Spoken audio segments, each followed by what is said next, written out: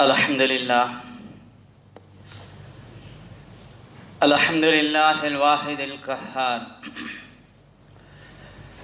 As-salatu was-salamu ala rasulih al-mukhtar wa ala alihi al-athhar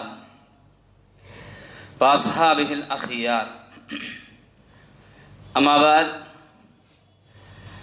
Faqad qala Allah ta'ala fil Qur'an al-azim wal Furqan al-majid.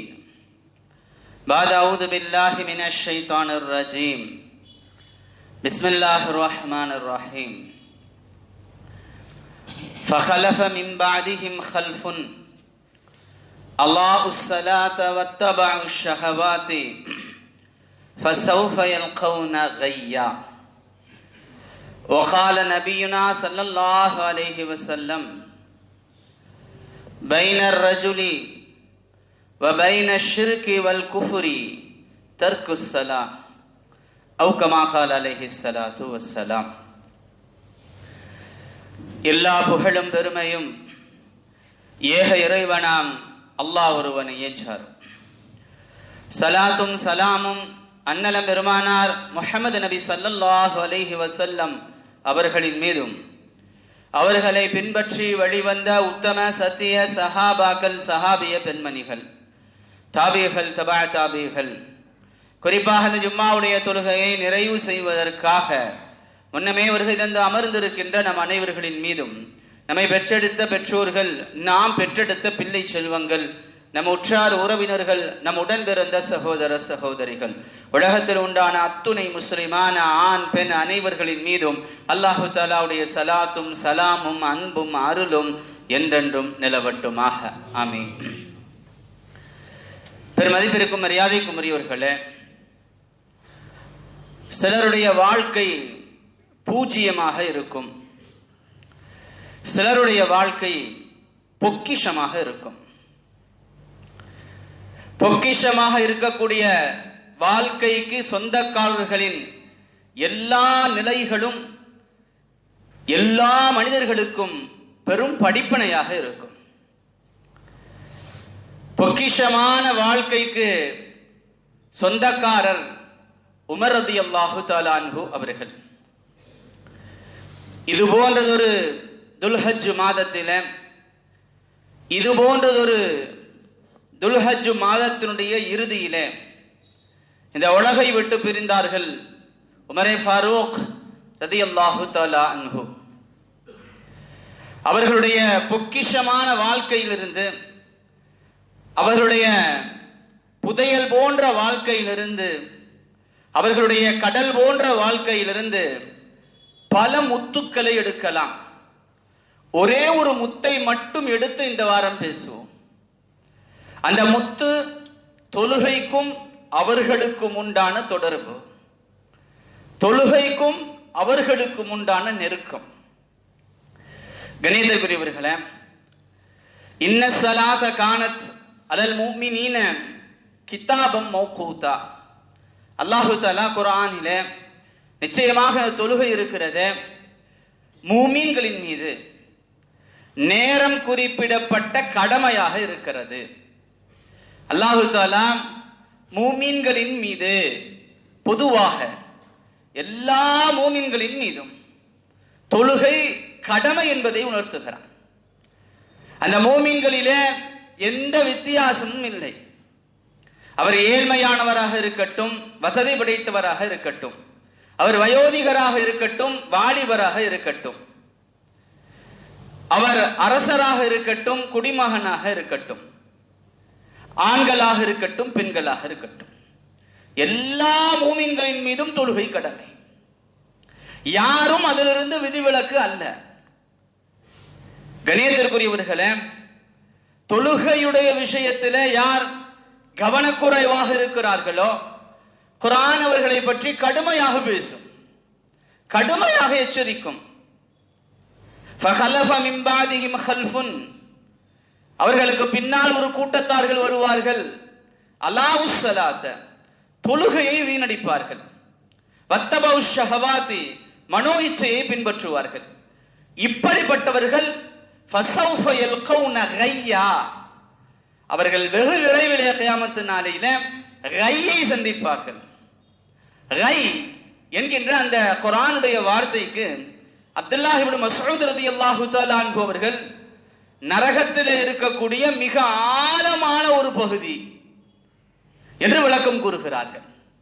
Abu இயால் ரஹ்மத்துல்லாஹி அலைஹி அவர்கள் கை என்பதற்கு நரகத்திலே இருக்கக்கூடிய நரகவாசிகளுடைய வாந்தியும் சீலும் சலமும் நிறைந்த ஒரு ஓடையுள்ள ஒரு பகுதி என விளக்கம் கொடுக்கிறார்கள். சில முஃபஸ்ஸிர்கள் கை என்பதற்கு நஷ்டம் என்பதாக பொருள் கொடுக்கிறார்கள். ஆக கண்ணியத்திற்குரியவர்களே, யார் தொழுகையை வீணடிக்கிறார்களோ அவர்கள் பெருத்த நஷ்டத்திலே இருப்பார்கள். உலகத்திலும் ஆகிரத்திலும் பெரும் தண்டனையிலே இருப்பார்கள், பெரும் கேவலத்திலே இருப்பார்கள். அதிலும் அந்த அல்லாஹு ஸலாத்த குர்ஆனுடைய அந்த வார்த்தை, யார் தொழுகையை வீணடிக்கிறார்களோ என்கின்ற வார்த்தைக்கு கூட முஃபஸ்ஸிர்கள் தொழுகையை அறவே விட்டு விடுகிறார்களே, அவர்களை பற்றி இங்கு பேசப்படவில்லை. யார் தொழுகையிலே நேரம் தவறி தொழுது கொண்டிருக்கிறார்களோ அவர்களை பற்றித்தான் இங்கு பேசப்படுகிறது என்கிறார்கள். தொழுகையை வீணடிப்பவர்கள் என்றால் தொழுகையை முற்றிலுமாக விட்டு விடுகிறார்களே, அவர்களை பற்றி அல்ல. அவர்களுடைய அந்தஸ்தே வேற, அவர்கள் எங்கோ இருக்கிறார்கள். தொழுகையை யார் முழுவதுமாக தொழுவதில்லையோ, பள்ளியின் பக்கமே வருவதில்லையோ, அவர்களுடைய அந்தஸ்து என்பது ஆக உயர்ந்தது. அதற்கு அருகிலே கூட யாரும் சொல்ல முடியாது, அவ்வளவு ஆக உயரத்திலே இருக்கிறார். இங்கு பேசப்படுவது தொழுகையாளி, ஆனால் நேரங்களிலே அவர்கள் கொஞ்சம் பொறுப்பில்லாமல் இருக்கிறார்கள், நேரம் தவறி தொழுகிறார்கள், தொழுகையிலே அசால்ட்டாக இருக்கிறார்கள், ஒரு வேளை தொழுகிறார்கள், ஒரு வேளை விட்டு விடுகிறார்கள். அப்படிப்பட்ட தொழுகையாளிகளை பற்றி இந்த ஆயத்திலே பேசப்படுகிறது என முஃபஸ்ஸிர்கள் சொல்லுகிறார்கள். கண்ணியத்திற்குரியவர்களே, நீங்கள் ஹதீஸ்களை பார்ப்பீர்களேயானால் தொழுகையிலே பேணுதல் இல்லாதவர்களுக்கு சொல்லப்பட்ட தண்டனைகளே மிக அதிகமாக இருக்கிறது. நபி ஸல்லல்லாஹு அலைஹி வஸல்லம் அவர்கள் சொல்லுவார்கள், மன் ஃபாத்தத்துஹு ஸலாத்துல் அஸ்ரி, யாருக்கு அஸர் தொழுகை தவறி விடுகிறதோ ஃபகன்னமா உத்திர அஹ்லுஹு வ மாலுஹு, அவர் அவருடைய குடும்பமும் அவருடைய பொருளும் அழிந்து விட்டவரை போல ரசூலுல்லாஹி ஸல்லல்லாஹு அலைஹி வஸல்லம் அவர்கள் சொல்லி காட்டுகிறார்கள். கண்ணியத்திற்குரியவர்களே, யாருக்கு அஸர் தொழுகை தவறி விடுகிறது அப்படின்னா அவர் மத்த தொழுகை தொழுகிறார்னு அர்த்தம். ஹதீஸுடைய பொருள் அதுதானே. ரசூலுல்லாஹி ஸல்லல்லாஹு அலைஹி வஸல்லம் அவர்கள் 5 நேர தொழுகைகளை தவறி விடுகிறவர்கள் என்கின்ற வார்த்தையை இந்த இடத்துல பயன்படுத்தல. மன் ஃபாத்தத்துஹு ஸலாத்துல் அஸ்ரி, அஸருடைய தொழுகை யாருக்கு தவறி விடுகிறதோ, அப்ப அவர் மத்த தொழுகை தொழுது கொண்டிருக்கிறார், அஸர் நேரத்தில் அசட்டையாக இருக்கிறார், அஸர் ஒழுங்கா தொழுகிறது இல்ல. நபிகளார் சொல்லுகிறார்கள், ஃபகன்னமா உத்திரம் அஹ்லுஹு வ மாலுஹு, அவருடைய குடும்பமும் அவருடைய பொருளும் அழிந்து விட்டவரை போல. வெளியே போயிருக்கோம், வீட்டுக்கு போறோம், வீடு எரிஞ்சு போய் கிடக்கு, வீட்டில் இருக்கக்கூடிய குடும்பத்தில் ஒருவரும் இல்ல, எல்லோரும் மரணித்து போயிருக்கிறார்கள். எவ்வளவு வேதனை இருக்கும், சொல்வதற்கே கேட்பதற்கே எவ்வளவு கஷ்டமாக இருக்கிறது, எவ்வளவு சிரமமாக இருக்கிறது. இப்படியெல்லாம் நடந்துவிடக் கூடாது என்று மனம் ஏங்குகிறதா இல்லையா? நபிகளார் சொல்லுகிறார்கள், அதை போன்றுதான் அஸர் தொழுகை விடுவதும். உங்க குடும்பம் அழிஞ்ச மாறீங்க, பொருள் எல்லாம் அழிந்து விட்டதை போன்று, வியாபார பொருள் எல்லாம் எரிந்து விட்டதை போன்று. நபிகளாருடைய வார்த்தை அதுதானே. அதுக்கு எவ்வளவு வேதனைப்படுவீங்க, எவ்வளவு கஷ்டப்படுவீங்க, எவ்வளவு சிரமப்படுவீங்க. அதை விடவும் அதிகமாக கவலைப்படணும், அஸர் தொழுகை தப்பி விட்டார். கண்ணியத்திற்குரியவர்களே, நான் மீண்டும் உங்களுக்கு சொல்லுகிறேன், இது வெறும் அஸருக்கு மட்டும் சொல்லப்பட்ட வார்த்தை. அப்ப அவர் மத தொழுகை தொழுகிறார், அஸரை விடுகிறார். நபிகளாருடைய இன்னொரு வார்த்தையை கவனியுங்கள், மன் தரக ஸலாத்த சுப்ஹி, யார் சுபுஹ் தொழுகையை விட்டு விடுகிறாரோ, யார் சுபுஹ் தொழுகையை தொழுகிறாரோ ஃபஹுவ ஃபீ திம்மத்தில்லாஹ், அவர் அல்லாஹ்வுடைய பொறுப்பிலே இருக்கிறார். யார் சுபுஹ் தொழுகையை தொழுது விடுகிறாரோ அவர் அல்லாஹ்வுடைய பொறுப்பிலே இருக்கிறார். கண்ணியத்திற்குரியவர்களே, அப்படியானால் யார் சுபுஹ் தொழுகையை தொழவில்லையோ அவர் அல்லாஹ்வுடைய பொறுப்பிலே இல்லை என்பது பொருள். கண்ணியத்திற்குரியவர்களே, நன்றாக கவனிக்கணும், அவர் மத்த தொழுகைகளை தொழுகிறார், ஆனா சுபஹ்ல பேணுதலா இல்லை. கண்ணியத்திற்குரியவர்களே, அவர் அல்லாஹ்வுடைய பொறுப்பிலே இல்லை என்று சொன்னால் என்ன வாவது அவருடைய நிலைமை? ரசூலுல்லாஹி ஸல்லல்லாஹு அலைஹி வஸல்லம் அவர்கள் இந்த ஹதீஸை இன்னமும் தெளிவாக சொல்லுவார்கள். நபியே, உங்களுடைய உம்மத்தின் மீது நான் 5 நேர தொழுகைகளை நான் கடமையாக்கி இருக்கிறேன். யார் அவைகளை பேணி பாதுகாக்கிறார்களோ அவர்களுக்கு சொர்க்கம் தருவது என்னுடைய பொறுப்பு.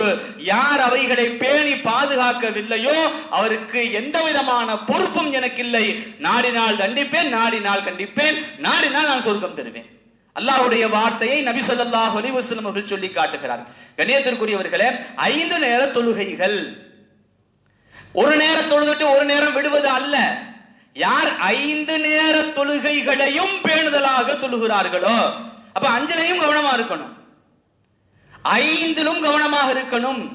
ஒன்ன விடுறது, ஒன்ன தொழுகிறது, ஒன்னுக்கு டயம் இருக்கப்ப வர்றது. கண்ணியத்திற்குரியவர்களே, நேரம் இருக்கின்ற பொழுது தொழுவது அல்ல தொழுகை, நேரத்தை ஒதுக்கி தொழுவதே தொழுகை. நம்ம என்ன விளங்கிக்கிட்டோம்னு சொன்னா, நம்முடைய வியாபார நேரம் போக நம்ம ரெஸ்டா இருக்கிற நேரத்துல, நம்முடைய தொழிலுடைய நேரம் போக நாம ரெஸ்டா இருக்கிற நேரத்துல டைம் கிடைச்சா, டைம் இருந்தா, இதுதான் நம்முடைய எண்ணம். இப்படிதான் நம்ம வாழ்ந்துகிட்டு இருக்கோம். கண்ணியத்திற்குரியவர்களே, அப்படி தொலை சொல்லவில்லை அல்லாஹ், அப்படி தொலை சொல்லவில்லை நபிகளார். நீங்கள் நேரம் ஒதுக்கி தொழுங்கள், அதுதான் தொழுகையை பேணுவது. இஷ்டத்துக்கு தொழுகிறது இல்ல, மார்க்கம் எப்படி சொல்லி இருக்கிறதோ அப்படி தொழுவது. கண்ணியத்திற்குரியவர்களே, ரசூலுல்லாஹி ஸல்லல்லாஹு அலைஹி வஸல்லம் சொல்லுவார்கள், யார் தொழுகையை பேணி தொழுகிறார்களோ எல்லா நேரங்களையும், அவர்களுக்கு அது கியாமத்து நாளையிலே ஒளியாக இருக்கும், அவர் மூமின் என்பதற்கு சாட்சியாக இருக்கும், கியாமத்து நாளிலே வெற்றிக்கு காரணமாக இருக்கும். யார் தொழுகையை பேணவில்லையோ, நபிகளுடைய வார்த்தையை கவனிங்க, அது அவருக்கு நூறாகவும் இருக்காது, அவருக்கு அது புர்ஹானாகவும் இருக்காது, சாட்சியாகவும் இருக்காது, அவருக்கு அது வெற்றியாகவும் இருக்காது. அப்ப தொழுகையை பேணாமல் இருப்பது கியாமத்து நாளையுடைய தோல்விக்கு காரணமாகும். கியாமத்து நாளையிலே நாம் மூமின் என்பதற்கு அடையாளமே இல்லாமல் போய்விடும். கண்ணியத்திற்குரியவர்களே, கியாமத்து நாளையிலே சக்கர் என்ற நரகத்திற்கு சரி எடுத்துக்கொள்ள செல்லுவார்கள்.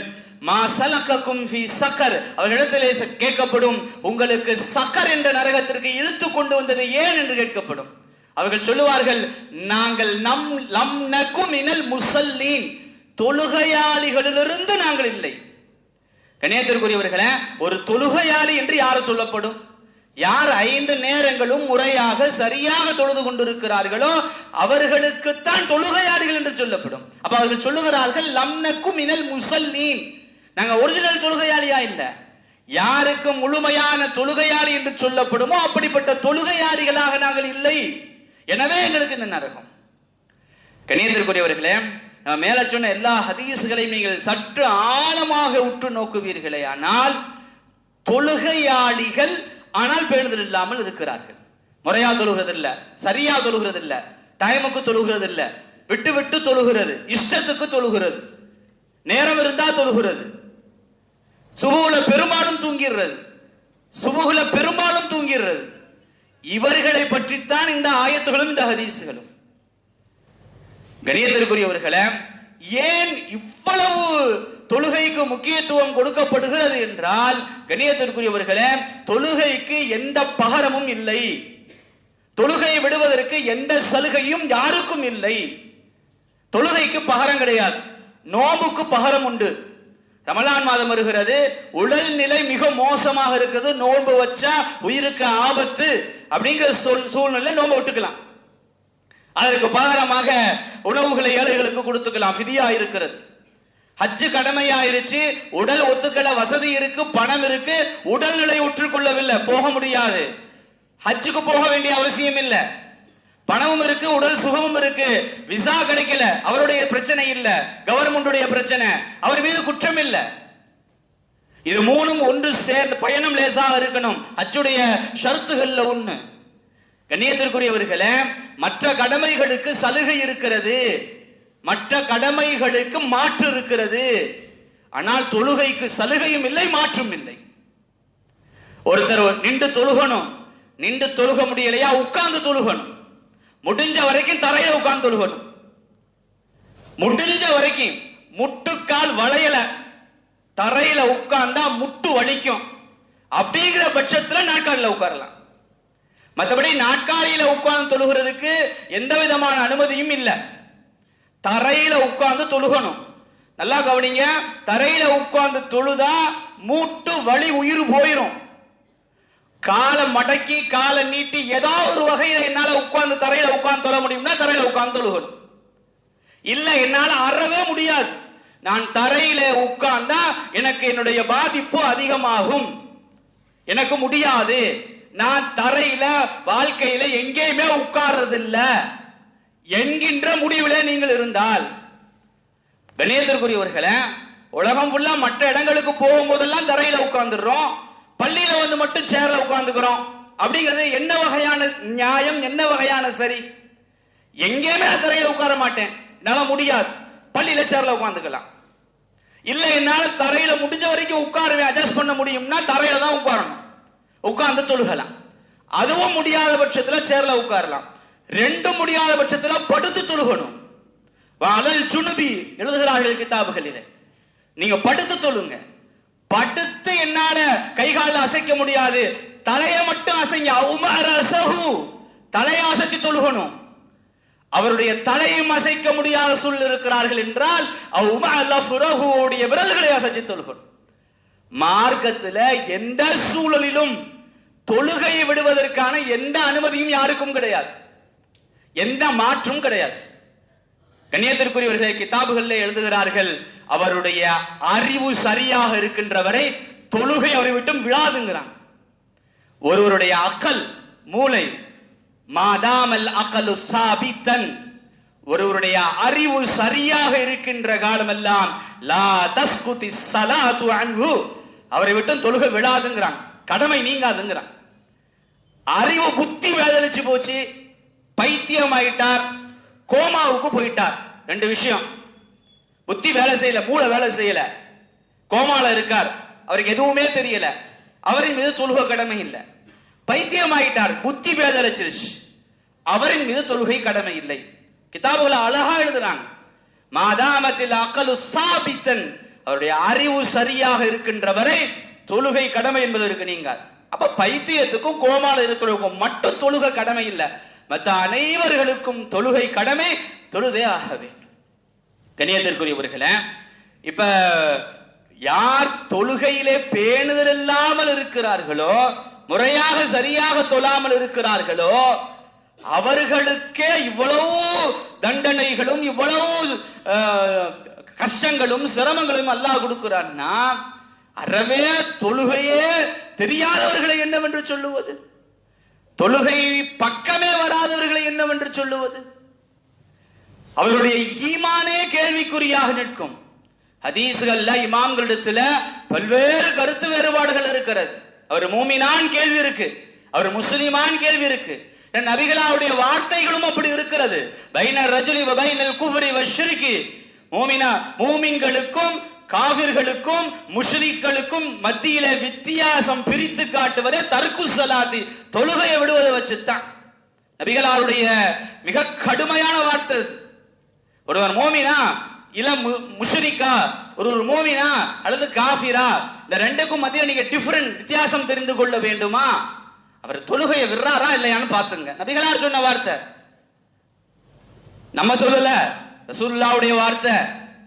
ரெண்டுக்கும் வித்தியாசம் பார்க்கணுமா, தொழுகிறாரான்னு பாருங்க. தொழுதா அவர் மூமின், தொழுகிறன்னா நீங்க முடிவு பண்ணுங்க. ரசூலுல்லாஹி ஸல்லல்லாஹு அலைஹி வஸல்லம் அவர்களுடைய வார்த்தைகள் இவை. இணையத்திற்குரியவர்களே, நம்முடைய முன்னோர்கள் இருக்கிறார்களே, தொழுகைகளிலே எவ்வளவு பேணுதலாக இருந்திருக்கிறார்கள், எவ்வளவு பேணுதலாக இருந்திருக்கிறார்கள். இணையத்திற்குரியவர்களே, ஆமிர் இப்னு அப்துல்லா ரலியல்லாஹு தஆலா அன்ஹு, அவருடைய மரண நேரம், வஃபாத்துடைய நேரம், பாங்கு சொல்லப்படுகிறது, உயிர் ஊசலாடி கொண்டிருக்கிறது.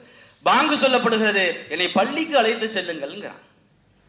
நீங்கள் இந்த சூழ்நிலையில பள்ளிக்கு செல்ல வேண்டிய எந்த அவசியமும் இல்லையே. ஹய்யால ஸலா, பள்ளியின் பக்கம் வாருங்கள் என்று அழைப்பை கேட்டுவிட்டு நான் எப்படி அழைப்புக்கு பதில் சொல்லாமல் இருப்பது? என்னை அழைத்து செல்லுங்கள். ஆமிர் இப்னு அப்துல்லா தொழுகைக்கு அழைத்து வரப்படுகிறார் பள்ளி வாசலுக்கு. மகரிபுடைய தொழுகை முதல் ரக்காயத்து முடிந்து இரண்டாவது ரக்காயத்தில் ரூஹு போய்விடுகிறது.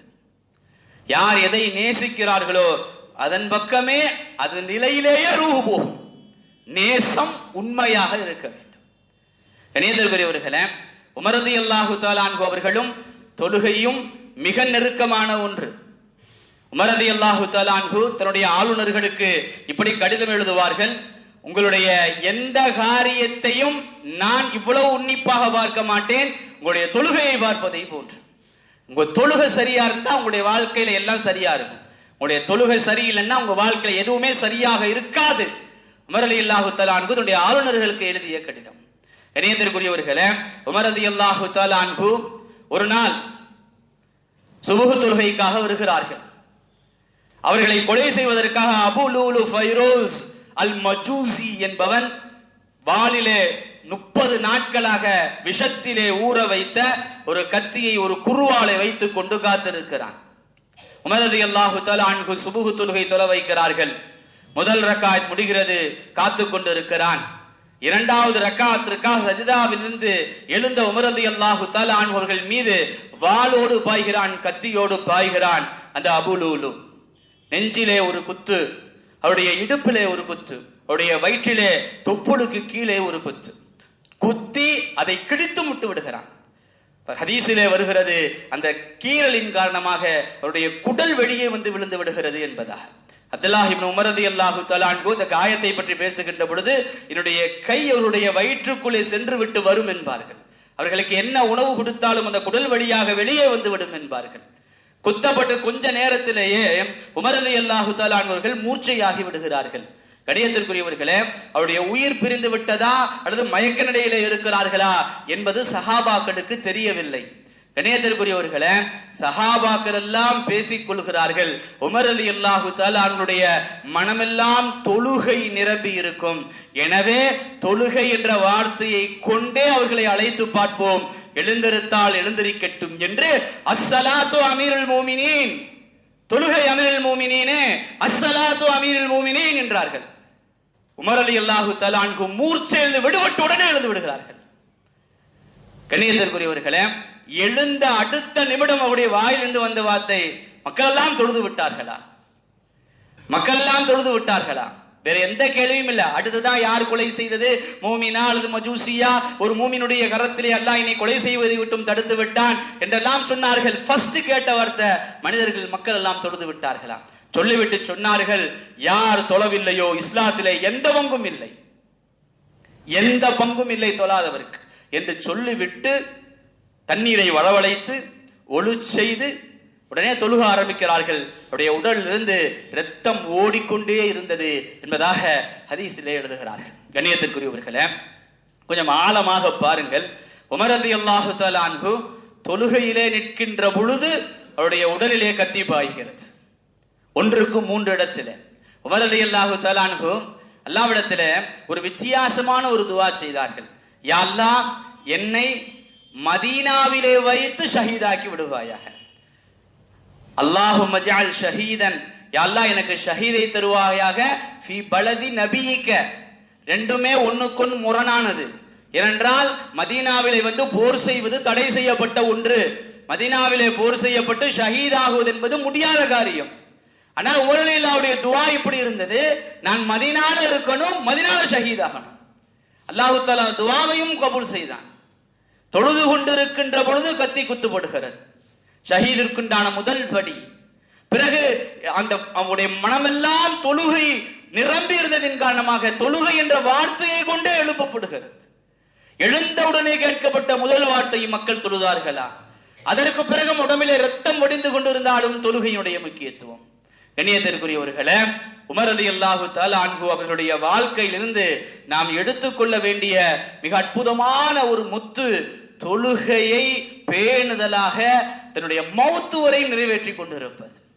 இதே போன்றதொரு துல்ஹஜ் மாதத்தினுடைய இறுதியிலே 23 இன்று பிறை 21 துல்ஹஜ் பிறை 23 உமர் ரலியல்லாஹு தஆலா அன்ஹு அவர்கள் ஷஹீதானார்கள், இந்த உலகத்தை விட்டு பிரிந்தார்கள். ஆக கண்ணியத்திற்குரியவர்களே, உமர் ரலியல்லாஹு தஆலா அன்ஹுடைய அந்த வாழ்விலே எப்படி அவர்கள் தொழுகையோடு பிணைந்து இணைந்து தொழுகையிலே இருந்த நிலையிலேயே ஷஹீதாவதற்குண்டான முதல் படி அவர்களுக்கு கிடைத்ததோ, அதே போன்று எல்லா நிலையிலும் எந்த சமயத்திலும் தொழுகையை விடாதவர்களாக தொழுகையை பேணி நடப்பவர்களாக அல்லாஹு தஆலா நம் அனைவர்களையும் ஆக்கி அருள்வானாக. வாஹிர் தவானா அனில் ஹம்துலில்லாஹி ரப்பில் ஆலமீன்.